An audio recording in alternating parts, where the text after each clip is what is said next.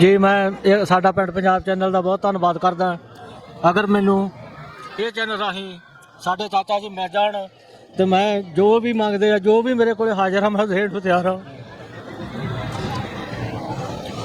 देखो जी प्यार तो वड्डी आपां कोई शै किसी नूं नहीं दे सकदे, क्योंकि जेडे मेरे दादा जी सी उन्हां नूं एक बार उन्हां दी चिट्ठी आई सी कि चाचा जे आ हद्दां ना होण मैं जे पंछी होवां तो उठ के तुहाडे कोल आ सकदा।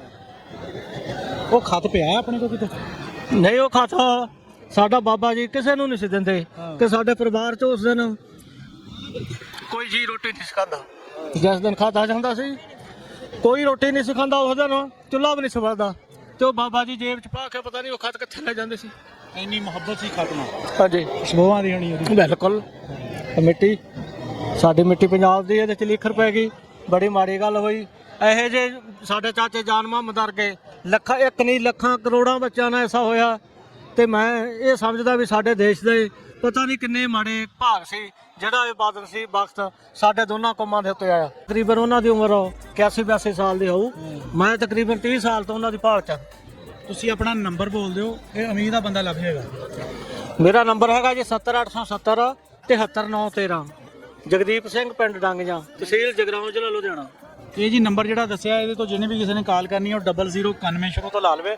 ਅੱਗੋਂ ਜਿਹੜਾ ਨੰਬਰ ਸਰਦਾਰ ਜੀ ਉਹਨਾਂ ਨੇ ਦੱਸਿਆ ਉਹ ਲਾ ਕੇ ਇਹਨਾਂ ਨਾਲ ਕਾਲ ਕੀਤੀ ਜਾ ਸਕਦੀ। ਔਰ ਉਮੀਦ ਕਰਦੇ ਹਾਂ ਇਹ ਬੰਦਾ ਜਿਹੜਾ ਜੀ ਸਮੁੰਦਰੀ ਦੇ ਬੈਲਟ ਵਿੱਚ ਇਹ ਨਾ ਹੋਇਆ ਤੇ ਇਹਨਾਂ ਦੀ ਔਲਾਦ ਜਿਹੜੀ ਆ ਉਹ ਜ਼ਰੂਰ ਆਪਣਾ ਹੋਏਗੀ।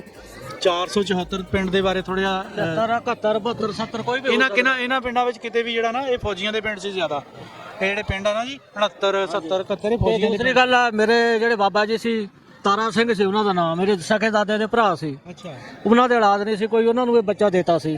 ਅੱਛਾ ਉਹਨਾਂ ਦੇ ਵਾਰਸ ਇਸ ਟਾਈਮ ਮਤਲਬ ਮੈਂ ਆ ਫੌਤ ਹੋ ਚੁੱਕੇ ਆ। ਉਹਨਾਂ ਦਾ ਨਾਮ ਤਾਰਾ ਸਿੰਘ ਸੀਗਾ। ਤਾਰਾ ਸਿੰਘ ਬਹਾਦਰ ਸਿੰਘ ਇਹ ਭਰਾ ਸੀਗੇ ਤੇ ਇਸ ਨਾਂ ਤੋਂ ਜੇ ਮੇਰੇ ਚਾਚਾ ਜੀ ਜਾਨ ਮੁਹੰਮਦ ਜਿੰਦਾ ਹੋਏ ਤਾਂ ਉਹਨਾਂ ਨਾਂ ਤੇ ਜੋ ਚਾਚਾ ਜੀ ਜਾਨ ਸਕਦਾ। ਹਾਂਜੀ ਕੀ ਬਾਤ ਹੈ। ਦੇਖ ਲਓ ਜੀ ਮਿੱਟੀ ਨਾਲ ਜੁੜੇ ਹੋਏ ਲੋਕਾਂ ਦੀ ਗੱਲ। ਅੱਜ ਵੀ ਉਹ 10 ਸਾਲ ਗੁਜ਼ਾਰੇ ਹੋਏ, ਪਤਾ ਨਹੀਂ ਇਹਨਾਂ ਨੇ ਦੇਖੇ ਵੀ ਕਿ ਨਹੀਂ ਦੇਖੇ, ਲੇਕਿਨ ਬਜ਼ੁਰਗਾਂ ਤੋਂ ਇਹ ਸੁਣਿਆ ਵੀ 10 ਸਾਲ ਸਾਡੇ ਵਿੱਚ ਰਹੇ ਆ ਬਾਬਾ ਜੀ ਜਾਨ ਮੁਹੰਮਦ।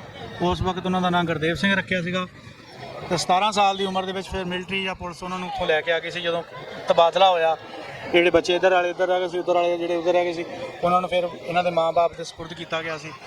ਤੇ ਅੱਜ ਵੀ ਉਹਨਾਂ ਨੂੰ ਯਾਦ ਆ। ਤੇ ਮੈਂ ਅਪੀਲ ਕਰਦਾ ਆਪਣੇ ਇਸ ਚੈਨਲ ਦੇ ਰਾਹੀਂ ਕਿ ਅਗਰ ਬਾਬਾ ਜੀ ਜਾਨ ਮੁਹੰਮਦ ਹੋਣੀ ਜਾਂ ਉਹਨਾਂ ਦੀ ਔਲਾਦ ਵਿੱਚੋਂ ਕੋਈ ਇਸ ਸਾਡੇ ਪ੍ਰੋਗਰਾਮ ਨੂੰ ਦੇਖ ਰਿਹਾ ਆ ਤੇ ਸਾਡੇ ਇਹ ਜਿਹੜਾ ਭਾਈ ਉਹਨਾਂ ਨੇ ਨੰਬਰ ਦਿੱਤਾ ਆ ਉਹਦੇ 'ਤੇ ਰਾਬਤਾ ਕਰ ਸਕਦਾ ਜਾਂ ਸਾਡੇ ਨੰਬਰ 'ਤੇ ਰਾਬਤਾ ਕਰ ਸਕਦਾ ਆ।